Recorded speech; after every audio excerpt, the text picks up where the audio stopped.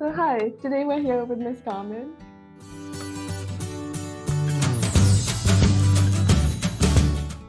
So could you please tell us a little bit more about yourself?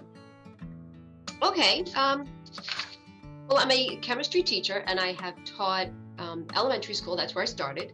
I've taught elementary school. I taught middle school science. I taught middle school math. And then I was in a Catholic school, and I realized that I really was enjoying teaching the science. So I went back for my chemistry certification. And I went back to school at 40. So I was pretty much the oldest person in most of the classes. And that was exciting. It was fun, just reinvigorating. And I've been teaching chemistry ever since. So that's 16 years I've been teaching chemistry now. Oh, wow. Yes. And I've also taught at the college level, just as an adjunct, just filling in if someone can't make their class. I'm also a mom of 2, a grandmother of 4. Oh, Which wow. are, yes, they are. Love those little guys. So that's pretty much, I still work. I love what I do. And I'm always looking for something different, something new, something challenging to just keep going. So what about you? What was your favorite subject in school? I loved English. I loved it. I loved all subjects. I loved school. I always loved school. But in high school, I had an English teacher that was just amazing. And he was, I remember the first grade that I got in his class was a 60-something. And of course that was, I was really upset. So I sat with him and I spoke to him, and then I realized what he was looking for. They were all English papers. He loved Shakespeare, so that really gave me a thirst for that knowledge. And when I realized what he was looking for, I don't think I ever got anything below a 92. Oh, wow. So I really took to the challenge. I was like, okay, this is what he wants. This is what he's looking for when he's grading my material. And he was just a really awesome teacher. The funniest thing about him is that he couldn't write straight. So when he wrote on the board, it was always on a slant, which was the funniest thing. I said, for an English teacher, it was just funny. His notes, you always have to kind of bend your head to look at the way he wrote on the board. But I loved him. His name was Mr. Landers. He was my high school English teacher. Yeah, so I remember reading that you had said that you were the first in your family to attend college. Yes. So that's really, So I really moved to this country when I was, yes, that was me. I moved to this country when I was 6. My parents are Italian born, but they moved to France. So my sister and I were both born in France. So we both came here young, and my sister chose not to go to college. She got married pretty much out of high school. She got married at 18. And that wasn't my way. I wanted to do something with my life. I didn't want to, not that there's anything unimportant. I like I said, I stayed home to be a mom. So that is just as important job. You're raising kids, but I wanted more. I'm always looking for more. So I really wanted to do something. I needed more of a purpose, and college was the way. And my only thing when I went into college is I always knew I wanted to work with kids. I just didn't really know what.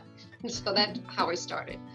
So I studied a lot of different things. I studied political science, psychology, juvenile delinquency. I always wanted to work with kids. I've come across some delinquents in my path.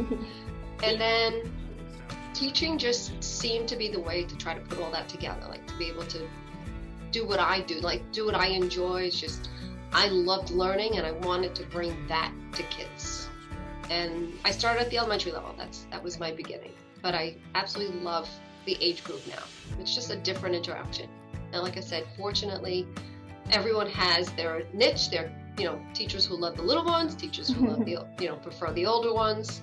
So I think that's a great thing. Okay, so what does STEM mean to you? I guess I don't think it has one meaning. I just feel like, if you pull it apart, everyone has their own piece to it. So I don't think you need to be involved in, each one. So if you can look for one portion of that and that's your thing, I think that's fine. I don't think that, just because you see all those 4 letters and those 4, areas that you want to, don't think that because you can't excel in each of them that you should, shy away from it. If technology is your thing or science is your thing, then just, focus on that and know that, there's so many pieces that will eventually fall into place that fall into the STEM category. Just, stick to the one that you find is the one that works for you, and then the other pieces will fall into place. Yeah, I agree, because STEM, like, by itself is such a broad thing. There's so much that comes under STEM. I didn't know this until recently. Like, there's so many different types of, even engineering, the list goes on and on and on. I think most people just hear of, like, the common types, but there's so much that comes under STEM. Right. That's why I said pick the one that works for you, and just know that within that umbrella you're going to fit in there somewhere. So, in your opinion, what are the top or any changes that will make life easier for women in STEM? Don't be afraid.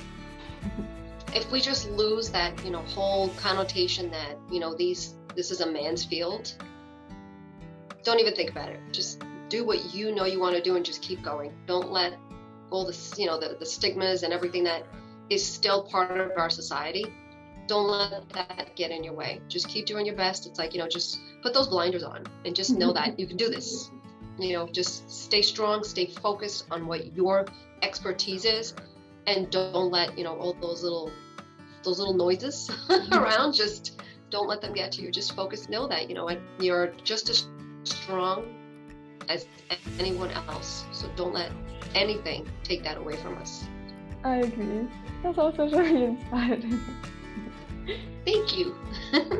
So I think the last question I have is there any achievements that you look at and you think, I'd love to go back in time and tell younger me that this was possible?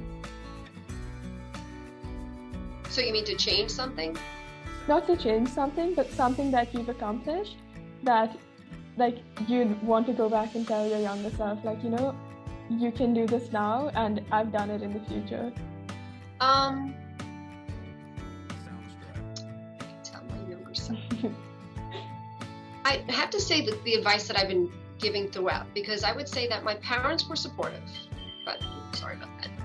My parents were supportive, but they let me just do what I felt was what I could accomplish.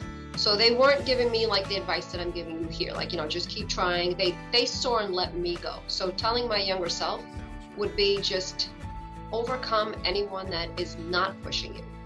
Right. So just, so if I hesitated at any point when I was younger, like I said, not that my parents were supportive, but they weren't, they weren't pushing, like, oh yes, you can do this. They weren't as pushy. They saw that I was, confident enough, and they just let me choose my path. So I think that would be something that I would push and say, what, you can do this. To have that, like I said, like the teacher that I had. Just the teachers that I had that, pushed me. So giving myself that advice that, don't stop, just keep on going.